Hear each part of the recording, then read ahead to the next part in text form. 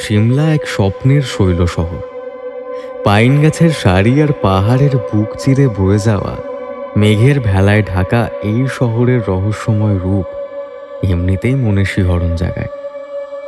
আমরা 3 বন্ধু মিলে সিমলায় এসেছি এক ভৌতিক অ্যাডভেঞ্চারের নেশায়। আমরা শুনেছি এখানকার এক পুরনো টানেল নিয়ে এক অদ্ভুত কিংবদন্তি প্রচলিত আছে, বরফ টানেল 33। স্থানীয়দের মুখে মুখে এই টানেলকে নিয়ে যেসব গল্প ফেরে তা রীতিমতো গা ছমছমে। কেউ বলে টানেলের ভেতর নাকি এক ব্রিটিশ ইঞ্জিনিয়ারের আত্মা বাস করে, যার নাম কর্নেল বরুক। যে সেই টানেলের গভীরে প্রবেশ করে সে আর ফেরে না। রাতের বেলা নাকি টানেলের ভেতর থেকে অদ্ভুত কান্নার শব্দ শোনা যায়, কখনো কখনো নাকি এক ছায়ামূর্তিও দেখা যায়। পাহাড়ের গায়ে মেঘেদের আনাগোনা, ঘন সবুজ পাইন গাছের সারি, আর তার মাঝখানে এক রহস্যময় সুড়ঙ্গ, বরফ টানেল। সিমলার এই টানেল শুধু ট্রেনের লোহার চাকা আর কয়লার ধোঁয়ার ইতিহাস বয়ে বেড়ায় না, বয়ে বেড়ায় এক অতৃপ্ত আত্মার করুণ কাহিনী। তার দীর্ঘশ্বাসে আজও নাকি কেঁপে ওঠে টানেলের অন্ধকার দেওয়াল। এইসব কিংবদন্তি আমাদের আরও কৌতূহলী করে তুলেছে। প্রচলিত কাহিনীর বাস্তবতার সাক্ষী হওয়ার জন্যই আমাদের এই দুঃসাহসিক অভিযানে আসা।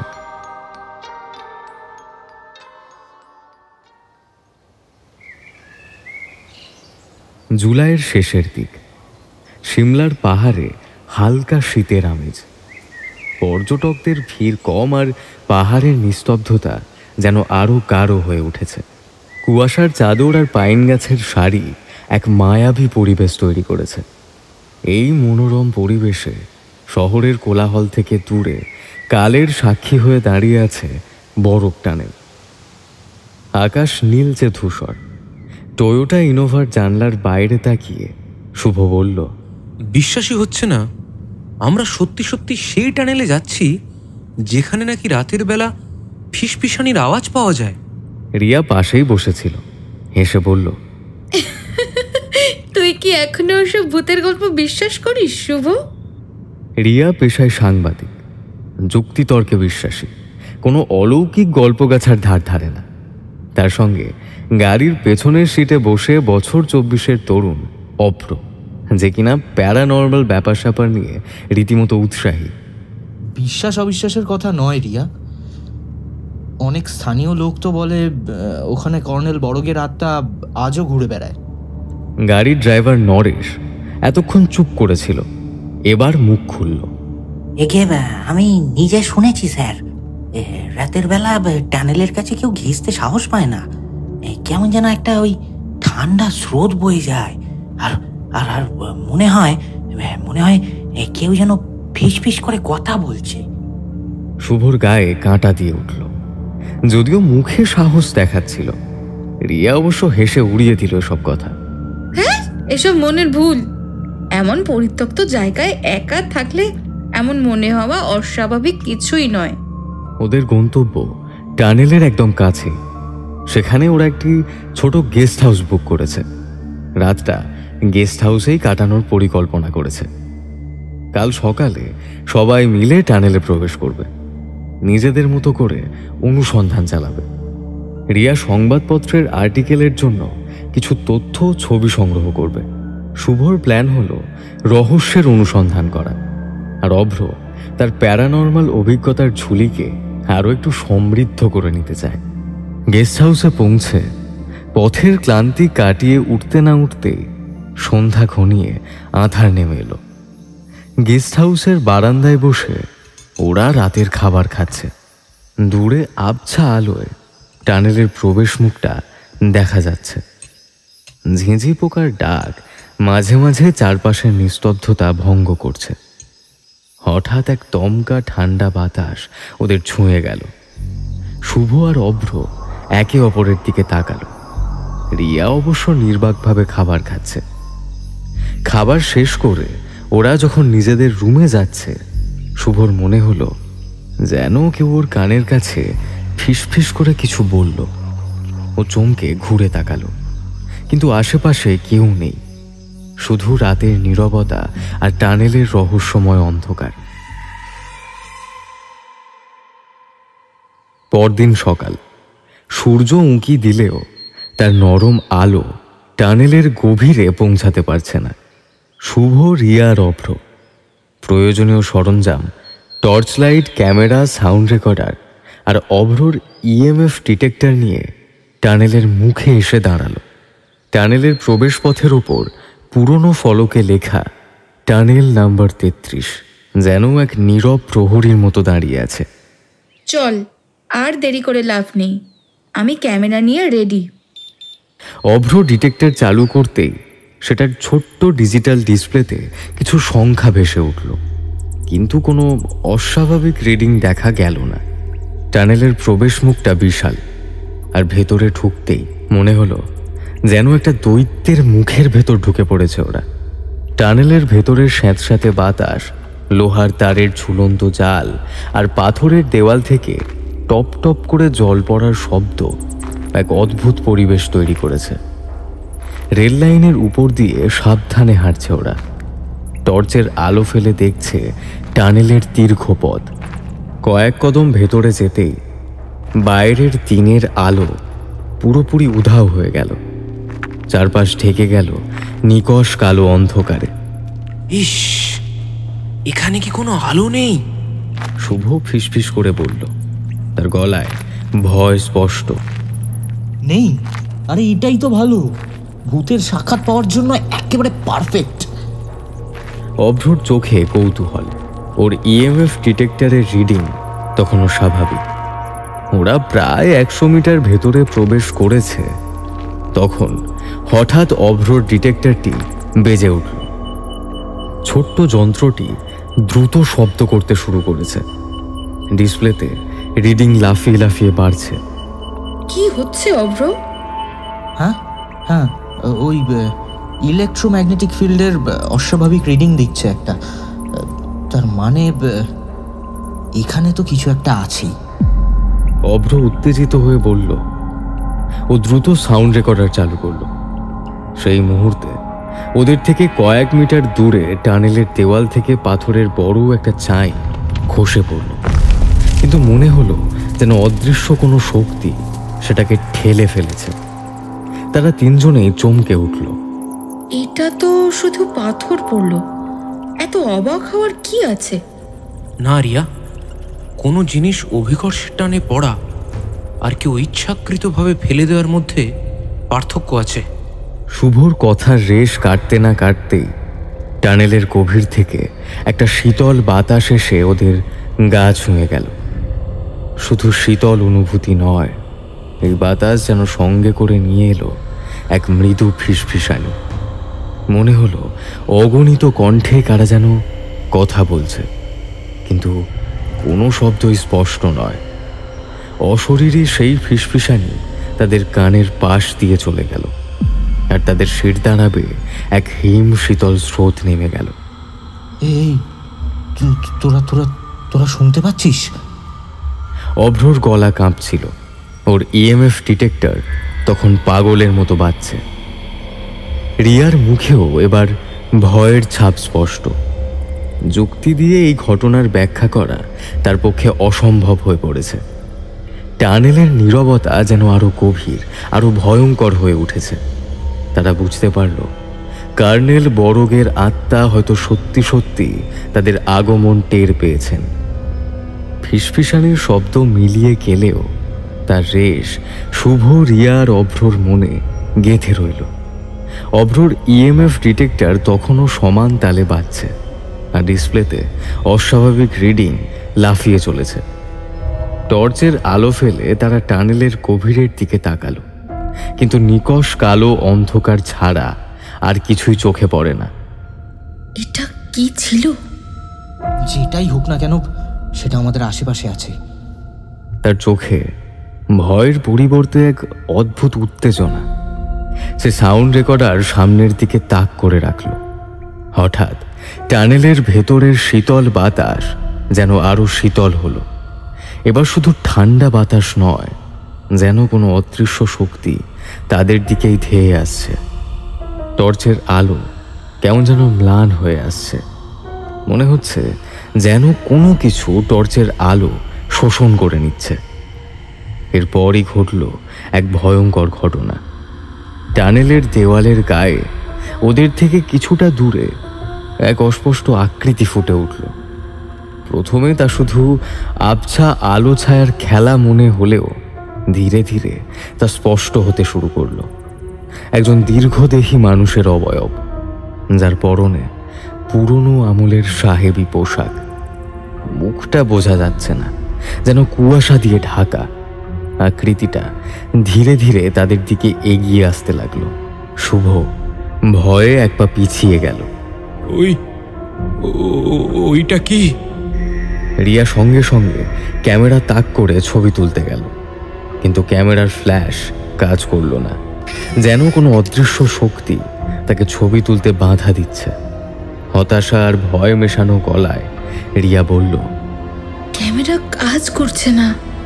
অভ্রর ইএমএফ ডিটেক্টর তখন সর্বোচ্চ রিডিং দেখাচ্ছে, আর তার সাউন্ড রেকর্ডার থেকে এক অদ্ভুত হিস হিসে শব্দ বেরিয়ে আসছে। সে নিজের চোখকে বিশ্বাস করতে পারছে না। তার সারা জীবনে সে এমন স্পষ্ট অলৌকিক কাণ্ড দেখেনি। অদৃশ্য অবয়বটি তাদের আরও কাছে চলে এলো।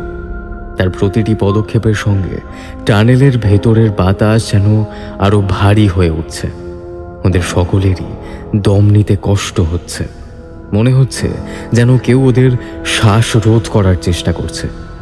এক তীব্র অবর্ণনীয় মন খারাপ করা অনুভূতি ওদের গ্রাস করছে, যেন কোনো আত্মা নিজের সব দুঃখ যন্ত্রণা ওদের মধ্যে সঞ্চারিত করে দিচ্ছে। কর্নেল বড়ক। হঠাৎ করে সেই অবয়বের অস্পষ্ট মুখ থেকে একটি গভীর দীর্ঘশ্বাস বেরিয়ে এলো, যা টানেলের দেওয়ালে প্রতিধ্বনি তুলে ভয়ঙ্কর রূপ নিল। সেই দীর্ঘশ্বাস তাদের কানের পর্দা ভেদ করে ভেতরে প্রবেশ করল, আর তাদের শিরদাঁড়া বেয়ে এক নতুন ধরনের ভয়ের স্রোত নেমে গেল। এই ভয় শুধু মৃত্যুর নয়, এই ভয় এক অতৃপ্ত আত্মার অব্যক্ত যন্ত্রণার। পর মুহূর্তেই সেই অবয়ব দ্রুত মিলিয়ে গেল, যেন এতক্ষণ কোনো স্বপ্ন দেখছিল ওরা। টর্চের আলো আবার উজ্জ্বল হলো। ইএমএফ ডিটেক্টর ধীরে ধীরে স্বাভাবিক রিডিংয়ে ফিরে এলো, কিন্তু ওরা তিনজনই কাঁপছে। ওরা বুঝতে পারল এই টানেল এক অতৃপ্ত আত্মার কারাগার। সেই অশরীরী অবয়ব অদৃশ্য হওয়ার পর টানেলের ভেতরের নিস্তব্ধতা আরো ভারী হয়ে উঠল। শুভ, রিয়ার অভ্র একে অপরের দিকে তাকিয়েছিল, তাদের চোখে ভয় আর উদ্বেগ। অভ্রর ইএমএফ ডিটেক্টর যদিও স্বাভাবিক হয়ে গিয়েছিল, তবু তাদের মনের ভেতরকার অস্থিরতা কমেনি। আমাদের ফিরে যাওয়া উচিত। রিয়া তখনও ক্যামেরার দিকে তাকিয়েছিল। তার আক্ষেপ আর এই অলৌকিক ঘটনা ক্যামেরায় কয়েদ করতে না পারার যন্ত্রণা তার চোখে মুখে।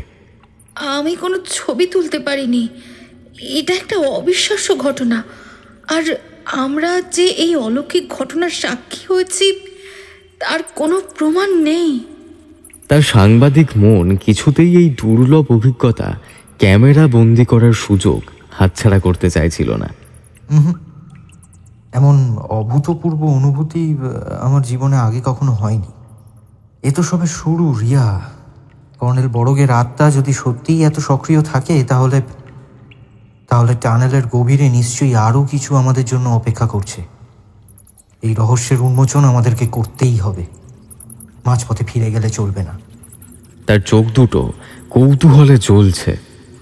অভ্রর কথায় রিয়া আর শুভ দুজনেই চিন্তায় পড়ে গেল। রিয়ার যুক্তিবাদী মন তখনও প্রতিরোধের চেষ্টা করছে, কিন্তু সে এই অলৌকিক ঘটনা অস্বীকার করতে পারছে না। সে যা দেখেছে তা তার সমস্ত যুক্তিবাদী ধারণাকে চ্যালেঞ্জ জানিয়েছে। শুভ যদিও ভয় কাঁপছে, তবু তার ভেতরের অভিযাত্রী মন এই রহস্যের শেষ দেখতে চায়। রিয়া শেষ পর্যন্ত বলল, ঠিক আছে, কিন্তু আর কোনো ঝুঁকি নয়, আমরা সতর্ক থাকব। ওরা আবার টর্চের আলো জেলে সাবধানে এগোতে লাগলো। প্রতিটি পদক্ষেপ যেন ওদের এক অজানা ভবিষ্যতের দিকে টেনে নিয়ে যাচ্ছে। টানেলের ভেতরের দেওয়ালগুলো আরও পুরনো আর স্যাঁতস্যাঁতে মনে হচ্ছে। কোথাও কোথাও কংক্রিটের ফাটল থেকে জল চুঁইয়ে পড়ছে, আর সেগুলোর গায়ে জমা হয়েছে সবুজ শ্যাওলার আস্তরণ। ওরা প্রায় আরও 100 মিটার ভেতরে এগিয়ে গেল। টানেলের বাঁদিকের দেওয়ালে কিছু অস্পষ্ট দাগ ওদের চোখে পড়ল। টর্চের আলো ফেলতেই দেখা গেল সেগুলো যেন কিছু হাতে লেখা অক্ষর, বহু পুরনো, অস্পষ্ট। এগুলো কি? রিয়া দ্রুত কাছে গিয়ে টর্চের আলো আরও কাছে নিয়ে গেল। মনে হচ্ছে এগুলো হাতে লেখা কিছু শব্দ, খুব পুরনো, আবছা হয়ে গেছে। সে খুব সাবধানে অক্ষরগুলো পড়ার চেষ্টা করল। মনে হচ্ছে লেখা হয়েছে ফেলিওর, হিউমিলিয়েশন, এসকেপ। ঠিক তখনই অভ্রর ইএমএফ ডিটেক্টর আবার তীব্রভাবে বেজে উঠল। সাউন্ড রেকর্ডার থেকে এক অদ্ভুত ক্রুদ্ধ হিসহিসে শব্দ শোনা গেল, যেন কেউ খুব কাছে থেকে ক্রোধের বহিঃপ্রকাশ দেখাচ্ছে। টানেলের বাতাস হঠাৎ করে ভীষণ ঠান্ডা হয়ে গেল। মনে হলো তাদের শরীরের ভেতরে রক্ত জমে যাবে। এবার তারা শুধু অনুভব করল না, শুনতে পেল টানেলের গভীর থেকে ভেসে আসছে এক তীব্র ক্রন্দনের শব্দ, যা ধীরে ধীরে আর্তনাদে পরিণত হলো। এ যেন কোনো মানুষের গভীর যন্ত্রণার বহিঃপ্রকাশ, অপমান আর পরাজয়ের কান্না। এই কান্না টানেলের দেওয়ালে প্রতিধ্বনিত হয়ে তাদের কানের পর্দা ফাটিয়ে ফেলার উপক্রম করল। মনে হলো কর্নেল বরগের অতৃপ্ত আত্মা যেন এই ক্রন্দনের মধ্যে দিয়ে তার করুণ অভিব্যক্তির আত্মপ্রকাশ ঘটাচ্ছে। তারা তিনজনই নিজেদের কানে হাত চাপা দিল।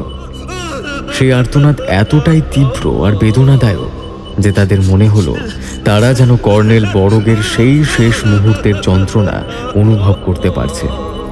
টানেলের প্রতিটা কোণ থেকে যেন সেই কান্না তাদের ঘিরে ধরছে। পালাবার কোনো পথ নেই। তাদের মনে হলো তারা শুধু টানেলের গভীরে প্রবেশ করেনি, তারা যেন অতীতের কোনো নির্মম যন্ত্রণার গভীরে ঢুকে পড়েছে।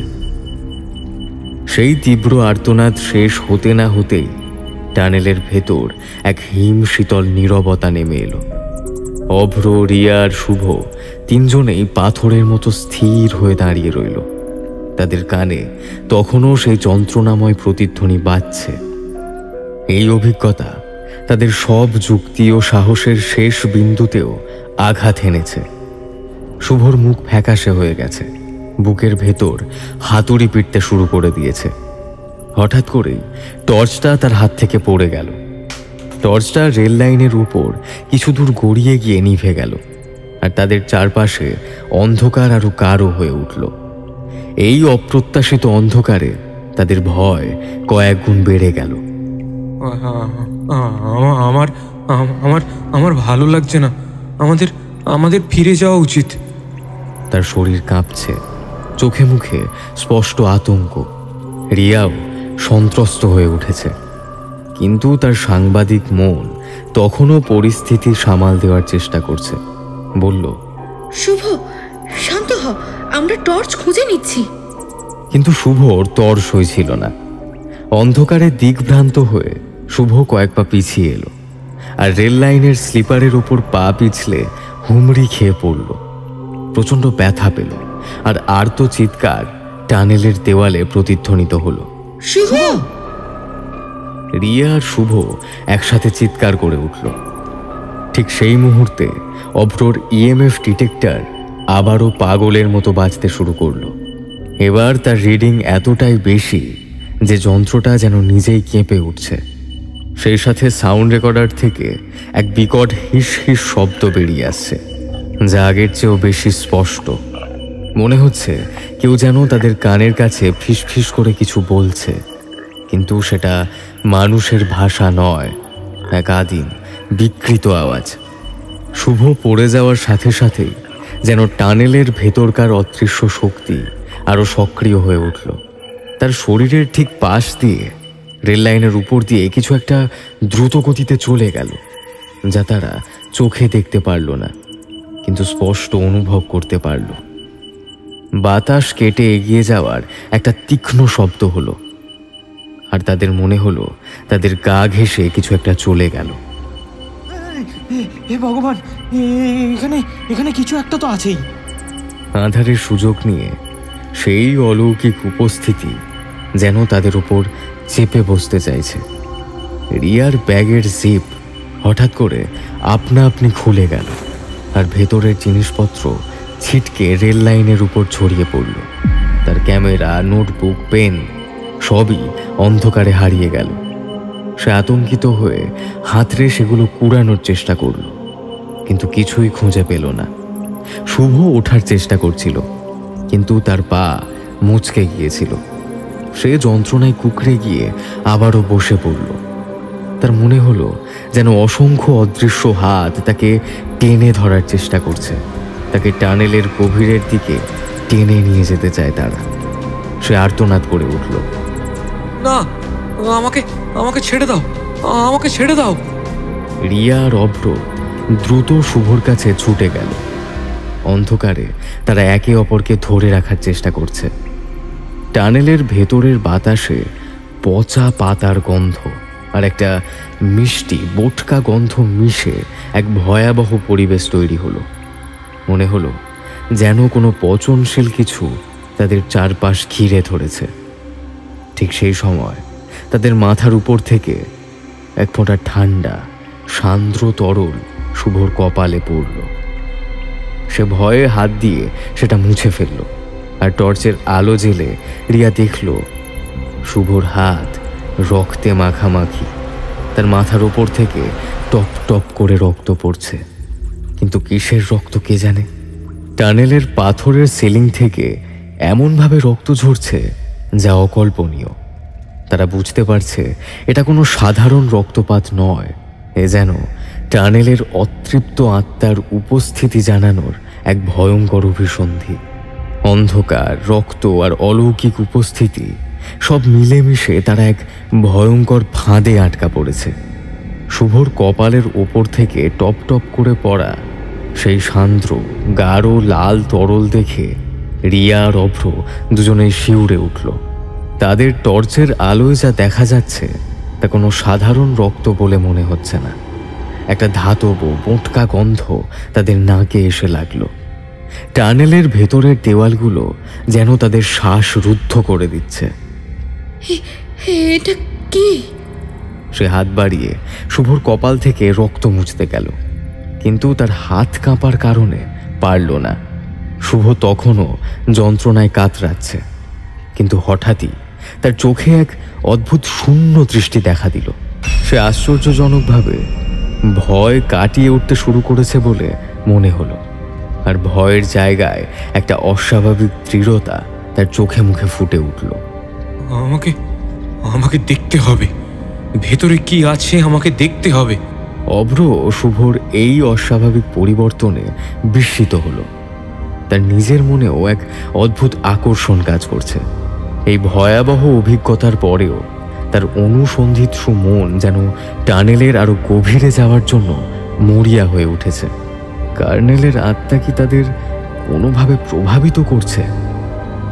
শুভ, তোর পা মুচকে গেছে, আর ওই রক্ত, এখানে রক্তই বা এলো কোথা থেকে?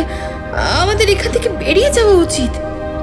কিন্তু শুভ যেন রিয়ার কথা শুনতেই পেল না। সে নিজের হাত বাড়িয়ে টানেলের গভীরের দিকে ইশারা করল, যেখানে অন্ধকার আরো ঘন। ওখানে ওখানে কিছু একটা আছে, আমাকে যেতে হবে। তার কণ্ঠস্বর যেন তার নিজের নয়, অনেকটা ঘষা ঘষা আর ভারী শোনাচ্ছিল। অভ্র দ্বিধায় পড়ল। একবার তার মন বলছে দ্রুত এই অভিশপ্ত জায়গা থেকে বেরিয়ে যেতে, আবার পরক্ষণেই মন তাকে টেনে নিয়ে যাচ্ছে আরো গভীরে, এই রহস্যের শেষ দেখতে। তার পেশাদারি কৌতূহল এবং প্যারানর্মাল অভিজ্ঞতা অর্জনের আকাঙ্ক্ষা তাকে এক অদ্ভুত নেশায় পেয়ে বসেছে। মনে হচ্ছে কর্নেল আমাদের ডাকছে। রিয়া বুঝতে পারল তার দুই সঙ্গীর চোখেই এক অস্বাভাবিক আলো জ্বলছে। তারা যেন সম্মোহিত হয়ে পড়েছে। তারা আর ভয় পাচ্ছে না, বরং এই ভয়াবহতার গভীরে যাওয়ার জন্য এক অবর্ণনীয় তাড়না তাদের গ্রাস করছে। রিয়া একাই দুজনকে টেনে বের করার চেষ্টা করল, কিন্তু শুভ পাথরের মতো অনড়। আমরা একসঙ্গে যাব। কর্নেল বড়গের আত্মা হয়তো চায় আমরা তার গল্পটা জানি। অভ্র শুভকে তুলে দাঁড় করানোর চেষ্টা করতে করতে বলল।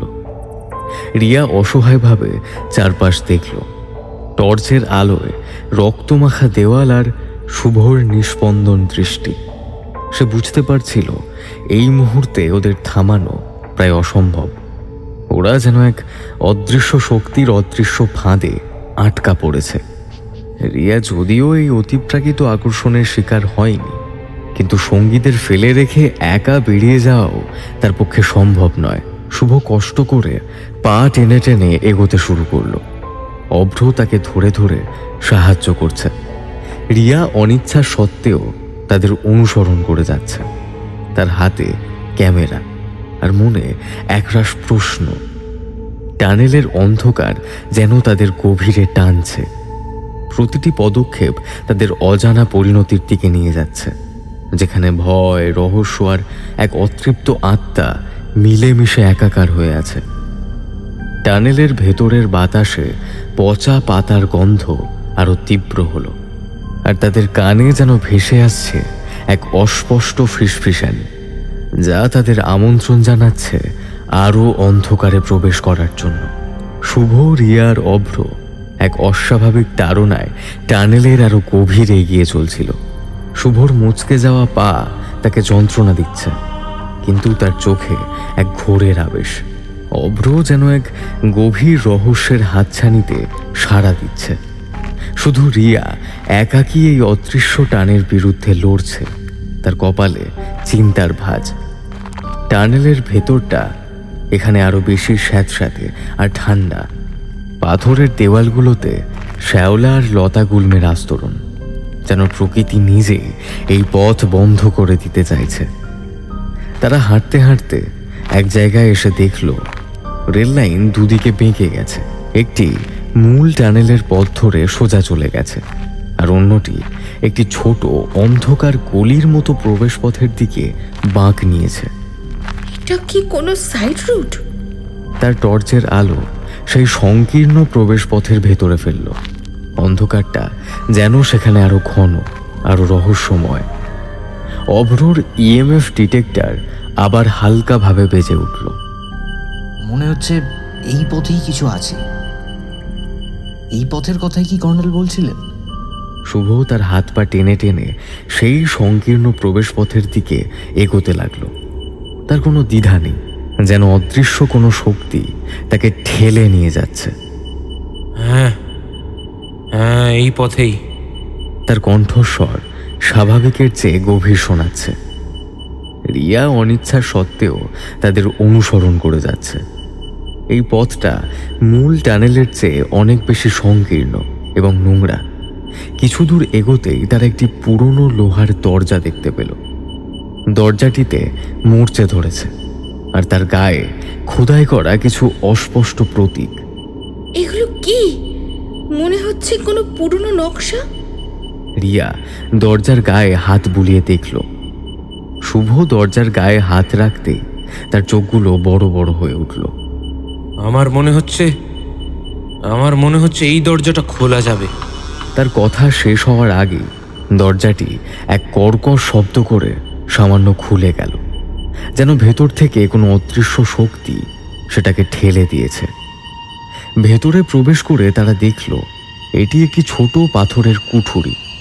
কুঠুরিটি ময়লার ধুলোয় ঢাকা, আর মাঝখানে একটি পুরনো কাঠের বাক্স রাখা। বাক্সটির ওপর পুরু ধুলোর আস্তরণ, আর তার পাশে একটি পুরনো হাতুড়ি পড়ে আছে। এই দৃশ্য এক অদ্ভুত শান্তিতে ভরা, যা টানেলের ভয়াবহ পরিবেশের সাথে বেমানান। অভ্রর ইএমএফ ডিটেক্টর এবার সম্পূর্ণ শান্ত, কোনো অস্বাভাবিক রিডিং নেই, যেন এই কুঠুরিটি সমস্ত অলৌকিক কার্যকলাপ থেকে মুক্ত। রিয়া দ্রুত বাক্সের দিকে এগিয়ে গেল। সে বাক্সের উপর থেকে ধুলো ঝাড়তেই দেখতে পেল বাক্সের গায়ে একটি নাম খোদাই করা আছে, কর্নেল বড়গ। তারা তিনজনই বিস্ময়ে বাক্সটার দিকে তাকিয়ে রইল। তাদের মনে কোনো ভয় নেই, শুধুই কৌতূহল। রিয়া সাবধানে বাক্সের ঢাকনা খুলল। ভেতরে কিছু পুরনো কাগজপত্র, একটি ভাঙা কম্পাস এবং একটি ছোট চামড়ার ডায়েরি রাখা আছে। ডায়েরিটি খোলা আর তাতে শুকনো রক্তের দাগ লেগে আছে। রিয়া কাঁপা হাতে ডায়েরিটি তুলে নিল। ডায়েরির প্রথম পৃষ্ঠাতেই কর্নেল বড়গের নিজের হাতে লেখা কিছু অস্পষ্ট পংক্তি। My calculations were not in error. It is they who failed to understand my work. This tunnel shall be my curse till eternity. From these chains, release me. ডায়েরির ভেতরের পৃষ্ঠাগুলোতে টানেল নির্মাণের বিশদ বিবরণ ছিল, সাথে কর্নেল বড়গের ব্যক্তিগত হতাশার ব্রিটিশ কর্তৃপক্ষের প্রতি তার ক্রোধের কথা। প্রতিটি পাতায় তার মানসিক যন্ত্রণার ছাপ স্পষ্ট। শেষের দিকের কিছু পৃষ্ঠা রক্তে ভেজা ছিল এবং সেখানে তার মৃত্যুর আগের মুহূর্তের বর্ণনা ছিল। কিভাবে তিনি অপমানিত হয়েছিলেন, কিভাবে তিনি এই টানেলের ভেতরেই নিজের শেষ নিঃশ্বাস ত্যাগ করার সিদ্ধান্ত নিয়েছিলেন। তাদের মনে হলো তারা শুধু একটি পুরনো ডায়েরি পড়ছে না, তারা যেন কর্নেল বড়গের শেষ মুহূর্তের আর্তনাদ শুনতে পাচ্ছে। এই কুঠুরি, এই বাক্স আর এই ডায়েরি কর্নেল বড়গের আত্মার শেষ আশ্রয়স্থল। তারা এখন জানে টানেলের রহস্য শুধু একটি ভুতুড়ে গল্প নয়, এক মহান ইঞ্জিনিয়ারের অসীম যন্ত্রণা আর অপমানের করুণ ইতিহাস। কর্নেল বড়গের ডায়েরি খুঁজে পাওয়ার পর রিয়া, শুভ আর অভ্রর মনে এক অদ্ভুত মিশ্র অনুভূতি কাজ করছে। ভয়ের বদলে এক গভীর সহানুভূতি তাদের মন ছেয়ে গিয়েছে। তারা বুঝতে পারছে এই টানেলের ভূত নিছকই কোনো অশরীরী আত্মা নয়, বরং এক অপমানের শিকার, এক অতৃপ্ত মানুষের যন্ত্রণার প্রতিচ্ছবি। অভ্র ডায়েরিটা হাতে নিয়ে সাবধানে পাতা উল্টাতে লাগলো। শুভ নিস্তব্ধভাবে সেই রক্তমাখা পৃষ্ঠাগুলো দেখছিল, আর রিয়া তার ক্যামেরা ঠিক করার চেষ্টা করছিল যাতে এই ইতিহাসের সাক্ষ্য প্রমাণ সংগ্রহ করতে পারে। কিন্তু সেই শান্ত কুঠুরিতে তাদের এই মানবিক অনুভূতি বেশিক্ষণ স্থায়ী হলো না। হঠাৎ করেই কুঠুরির আবহাওয়া বদলে গেল। বাতাস ভারী হয়ে উঠল, যেন হাজার বছরের জমাট বাঁধা হতাশা তাদের চারপাশ থেকে ঘিরে ধরল। ডায়েরির পাতা থেকে একটা মিষ্টি বোঁটকা গন্ধ বেরিয়ে এলো, যা ক্রমশ গাঢ় হতে লাগলো। অভ্রর হাতে থাকা ডায়েরিটা হঠাৎ করেই তীব্রভাবে কেঁপে উঠল। সেই কাঠের কুঠুরির ভেতরে তাপমাত্রা দ্রুত কমে যেতে শুরু করল। হাড় হিম করা এক ঠান্ডা তাদের মজ্জার গভীরে প্রবেশ করল। শুভর ইএমএফ ডিটেক্টর, যা এতক্ষণ শান্ত ছিল, হঠাৎ পাগলের মতো বেজে উঠল। তার ডিসপ্লেতে অস্বাভাবিক রিডিং লাফালাফি করতে শুরু করল। আবার কি হচ্ছে? ঠিক তখনই কুঠুরির দেওয়াল থেকে একটা অস্পষ্ট ম্লান আলো তাদের দিকে ছড়িয়ে পড়ল। সেই আলোতে তারা দেখল পাথরের দেওয়ালগুলোতে ভয়ঙ্কর দৃশ্য ফুটে উঠেছে। কর্নেল বড়গের জীবনের শেষ মুহূর্তের দৃশ্য। দেওয়ালের পাথরের ওপর ফুটে উঠল তার মুখাবয়ব, গভীর হতাশা, অপমানের যন্ত্রণা আর এক করুণ পরাজয়ের প্রতিচ্ছবি। দৃশ্যটা এমন স্পষ্ট ছিল যে মনে হচ্ছিল তারা যেন একটা লাইভ সিনেমার দর্শক। তারা দেখল কিভাবে ব্রিটিশ কর্মকর্তারা কর্নেল বড়গকে অপমান করছে, তার প্রতি অবজ্ঞা প্রদান করছে। তারা শুনতে পেল সেই কর্কশ হাসির শব্দ যা কর্নেলকে মৃত্যুর দিকে ঠেলে দিয়েছিল। প্রতিটি দৃশ্য এতটাই মর্মস্পর্শী ছিল যে তাদের নিজেদের মানসিক স্থিতিশীলতা বিপর্যস্ত হয়ে পড়ল। মনে হলো কর্নেল বড়গের সব দুঃখ, কষ্ট যেন তাদের নিজেদের শরীরের ভেতরে প্রবাহিত হচ্ছে।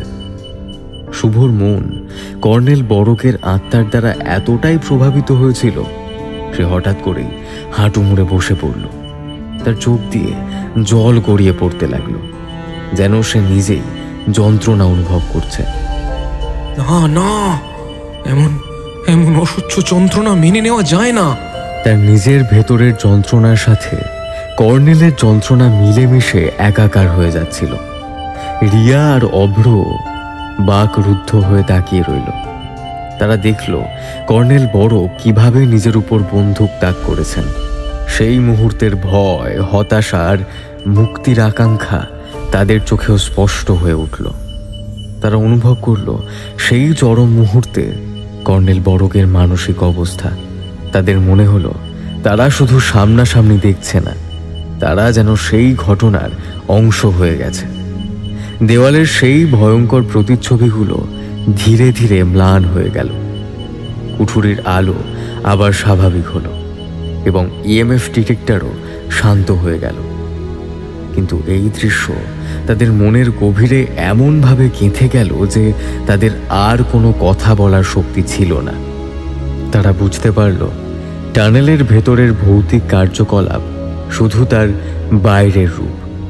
আসল ভয়াবহতা লুকিয়ে আছে এক অতৃপ্ত মানুষের গভীর যন্ত্রণায়, যা তাদের নিজেদের মানসিক অবস্থা বিপর্যস্ত করে তুলেছে। তারা এখন শুধু টানেলের রহস্য উন্মোচনকারী নয়, তারা যেন কর্নেল বড়কের শেষ জীবনের যন্ত্রণার অংশীদার হয়ে উঠেছে। কর্নেল বড়কের ডায়েরি খুঁজে পাওয়ার পর এবং তার যন্ত্রণাময় শেষ মুহূর্তের প্রতিচ্ছবি দেখার পর শুভ, রিয়ার, অভ্র যেন এক ভিন্ন জগতের বাসিন্দা হয়ে গেল। তাদের ভয় কেটে গেল, তার বদলে জন্ম নিল এক গভীর অস্থিরতা আর চাপা যন্ত্রণা। তারা যেন কর্নেল বড়কের সেই অভিশপ্ত ইতিহাসের সাক্ষী হয়ে রইল। শুভর পা মুচকে গেলেও এখন আর ব্যথা অনুভব করছে না। তার চোখ দুটি নিষ্পলক, যেন সে অদৃশ্য কিছু দেখছে। সে হঠাৎ করেই ডায়েরির শেষ পাতাগুলোর দিকে তাকালো। সেখানে কর্নেল বড়ক মুক্তির কথা লিখেছিলেন। মুক্তি, তিনি মুক্তি চেয়েছিলেন। তার স্বর অস্বাভাবিক শান্ত, যেন অন্য কারো কণ্ঠস্বর। রিয়া বরাবরই যুক্তিতে বিশ্বাসী। সেও এখন তার ভেতরের সাংবাদিকতাকে ছাপিয়ে এক গভীর মানবিকতার ডাকে সাড়া দিচ্ছিল। সে বুঝতে পারছে কর্নেল বড়কের আত্মা আসলে প্রতিহিংসা পরায়ণ নয়, বরং সে শুধু মুক্তি চাইছে। তার অতৃপ্ত আত্মা টানেলের অভিশাপ হয়ে দাঁড়িয়ে আছে। রিয়া ভাবছিল তারা কি তাকে মুক্তি দিতে পারবে। তার হাতে থাকা ক্যামেরাটা এখন আর শুধু প্রমাণ রেকর্ড করার যন্ত্র নয়, যেন এক নীরব সাক্ষী। অভ্রর চোখে এতক্ষণ ভয় ছিল, তার ভেতরেও এক নতুন উদ্দেশ্য জেগে উঠল। সে তার ইএমএফ ডিটেক্টরটা পকেট থেকে বের করল। যন্ত্রটা এখন শান্ত, কিন্তু অভ্র যেন তার ভেতরের শক্তি অনুভব করতে পারছে। তার মনে হচ্ছে এই টানেলের ভেতরেই কর্নেলের মুক্তির চাবিকাঠি লুকোনো আছে। আমাদেরকেই কর্নেলকে সাহায্য করতে হবে। তাদের তিনজনের মুখেই এক নতুন দৃঢ়তা ফুটে উঠল। তারা একে অপরের দিকে তাকালো। চোখে চোখে যেন এক নীরব বোঝাপড়া হলো। তাদের উদ্দেশ্য এখন আর রহস্য উন্মোচন বা সংবাদপত্রের আর্টিকেলের জন্য তথ্য সংগ্রহ করা নয়। তাদের উদ্দেশ্য এক অতৃপ্ত আত্মাকে শান্তি দেওয়া, মুক্তির পথের খোঁজ দেওয়া। তারা আবার ডায়েরির পাতা উল্টে দেখতে লাগলো। কর্নেল বড়ক তার ডায়েরিতে একটি গোপন কথা লিখেছিলেন। তিনি টানেল নির্মাণের সময় একটি বিশেষ চিহ্ন রেখে গিয়েছিলেন, যা তার হতাশা এবং অসমাপ্ত কাজকে চিহ্নিত করে। সেই চিহ্নটি হলো একটি নির্দিষ্ট পাথর, যা টানেলের মূল লক্ষ্য থেকে কিছুটা বিচ্যুত এবং তার আত্মহত্যার স্থানের কাছাকাছি ছিল। তারা তিনজনই টর্চের আলো ফেলে টানেলের দেওয়ালগুলো পরীক্ষা করতে লাগলো। প্রতিটি পাথরের ফাটল, প্রতিটি কোণ। তাদের মনে হচ্ছে টানেলের প্রতিটি পাথর যেন কর্নেল বড়কের যন্ত্রণার সাক্ষী। অনেক খোঁজার পর অভ্রর চোখ পড়ল একটি পাথরের দিকে। সেটি বাকি পাথরগুলোর চেয়ে সামান্য ভিন্ন, যেন তার গায়ে কিছু অস্পষ্ট চিহ্ন খোদাই করা। শুভ তার আহত পা নিয়েই পাথরের কাছে এগিয়ে গেল। সে পাথরের গায়ে হাত বুলিয়ে দেখল। এটাই সেই পাথর। তার মনে হলো যেন এই পাথরটা তার সঙ্গে কথা বলছে। ঠিক তখনই পাথরের ভেতর থেকে এক অদ্ভুত আলোর ঝলকানি দেখা গেল। সেই আলো কোনো টর্চের আলো ছিল না, যেন এক অশরীরী নীলচে আভা। আলোটা সেই পাথরের উপর পড়তেই পাথরটা কেঁপে উঠল। আর তারপরই টানেলের ভেতর থেকে এক গভীর কিন্তু শান্ত কণ্ঠস্বর ভেসে এলো। সেই কণ্ঠস্বর তাদের কাছে পরিচিত মনে হলো, কর্নেল বরগের কণ্ঠ।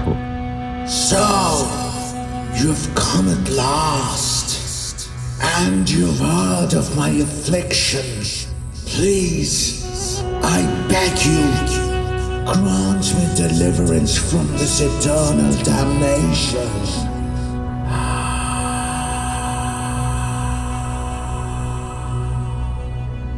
তারা তিনজনে সবিস্ময়ে সেই পাথরের দিকে তাকিয়ে রইল। তারা বুঝতে পারল তাদের উদ্দেশ্য এখন স্পষ্ট। এই টানেল থেকে বেরিয়ে আসার আগে তাদের একমাত্র দায়িত্ব হলো কর্নেল বরগের আত্মাকে মুক্তি দেয়া। তারা এখন আর নিছক অনুসন্ধানকারী নয়, তারা হয়ে উঠেছে এক অতৃপ্ত আত্মার মুক্তির মাধ্যম। কর্নেল বরগের কুঠুরি থেকে ভেসে আসা সেই শান্ত বেদনা ভরা কণ্ঠস্বর তাদের নতুন উদ্দেশ্য স্পষ্ট করে দিয়েছে। শুভ, রিয়ার, অভ্রর মনে এখন আর কোনো ভয় নেই। আছে শুধু এক অতৃপ্ত আত্মাকে মুক্তি দেওয়ার সংকল্প। তারা বুঝতে পেরেছে এই টানেলের ইতিহাস, কর্নেল বরগের যন্ত্রণা। বরগ সাহেবকে মুক্তি দিতে না পারলে তারা নিজেরাও শান্তি পাবে না। তারা কর্নেল বরগের ডায়েরিটি নিয়ে আবার সেই পাথরের কাছে ফিরে এলো, যেখানে নীলচে আভা দেখা গিয়েছিল এবং কর্নেল বরগের কণ্ঠস্বর শোনা গিয়েছিল। শুভ পাথরের গায়ে হাত রাখল, যেন অদৃশ্য এক শক্তি তাকে টানছে। রিয়া ডায়েরিটা খুলল এবং শেষ পাতাগুলোর দিকে তাকালো।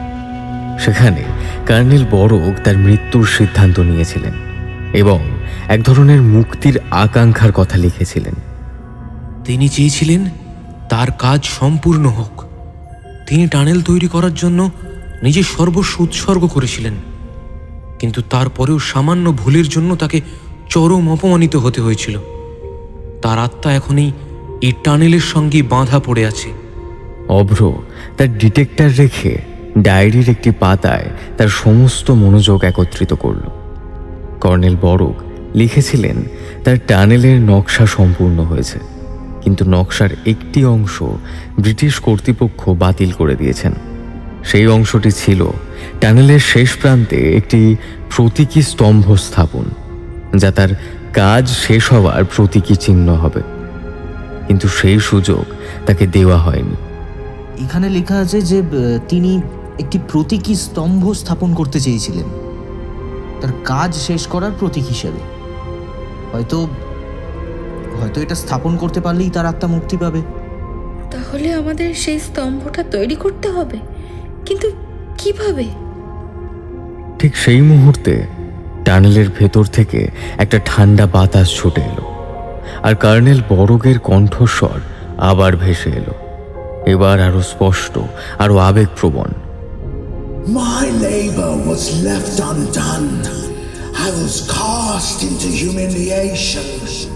Please release me from these eternal bonds. শুভ পাথরের দিকে তাকিয়ে বলল, তিনি নিজেই বলে গেছেন তার অপমান মুছে ফেলা হবে তখনই যখন তার এই অসমাপ্ত কাজ শেষ হবে। এই টানেল তার জীবনের সবচেয়ে বড় সৃষ্টি।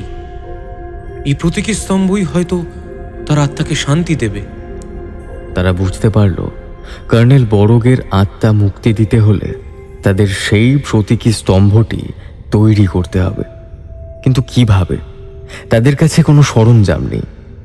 ঠিক সেই মুহূর্তে অভ্র কুঠুরি থেকে আনা ভাঙা কম্পাস এবং হাতুড়িটির দিকে তাকালো। হয়তো হয়তো এগুলোই আমাদের সরঞ্জাম। কর্নেল নিজেই তার মুক্তির পথ আমাদের হাতে তুলে দিয়েছেন। তারা সেই প্রতীকী পাথরটির কাছে ফিরে এলো। তারা জানে না কাজটা কিভাবে সম্পন্ন হবে, কিন্তু তাদের মনে এক গভীর বিশ্বাস জন্মাচ্ছে। শুভ হাতুড়ি আর কম্পাসটি পাথরের ওপর রাখল। রিয়া ডায়েরির সেই পাতাগুলো পড়তে লাগলো যেখানে কর্নেল বড়ক তার মুক্তির আকাঙ্ক্ষার কথা লিখেছিলেন। অভ্র চোখ বন্ধ করে কর্নেল বড়কের আত্মাকে অনুভব করার চেষ্টা করল। শুভ যখন হাতুড়িটি পাথরের ওপর রাখল, তখন একটি মৃদু কম্পন শুরু হলো। টানেলের ভেতর থেকে একটা নীলচে আভা বেরিয়ে এসে তাদের চারপাশ দিয়ে ঘিরে ধরল। সেই আলোতে তারা দেখল পাথরের গায়ে অস্পষ্টভাবে কিছু চিত্র ফুটে উঠেছে। একটি সম্পূর্ণ টানেলের চিত্র, যেখানে তার শেষে একটি সুউচ্চ স্তম্ভ দাঁড়িয়ে আছে। কম্পন তীব্র হলো। টানেলের বাতাস যেন এক গভীর দীর্ঘশ্বাস ফেলল। কর্নেল বড়গের কণ্ঠস্বর আবার শোনা গেল, তবে এবার তা যন্ত্রণার নয়, বরং এক গভীর শান্তির। Finally I've been rid of this curse, and for that you shall have my eternal gratitude. At last I am set free. আস্তে আস্তে নীলচে আভা মিলিয়ে গেল, কম্পন থেমে গেল। টানেলের ভেতরটা আবার স্বাভাবিক নীরবতায় ফিরে এলো। অভ্রর ইএমএফ ডিটেক্টর সম্পূর্ণ শান্ত। তারা বুঝতে পারল কর্নেল বড়কের আত্মা অবশেষে মুক্তি পেয়েছে। টানেল আর অভিশপ্ত রইল না। তারা তিনজনই গভীর শ্বাস নিল। তাদের ক্লান্তি, ভয় আর মানসিক অবসাদ যেন এক নিমেষে দূর হয়ে গেল। টানেল থেকে বেরিয়ে আসার সময় বাইরের সূর্যের আলো তাদের চোখে ধাঁধা লাগালো। তারা পেছন ফিরে তাকালো বড়ক টানেলের দিকে।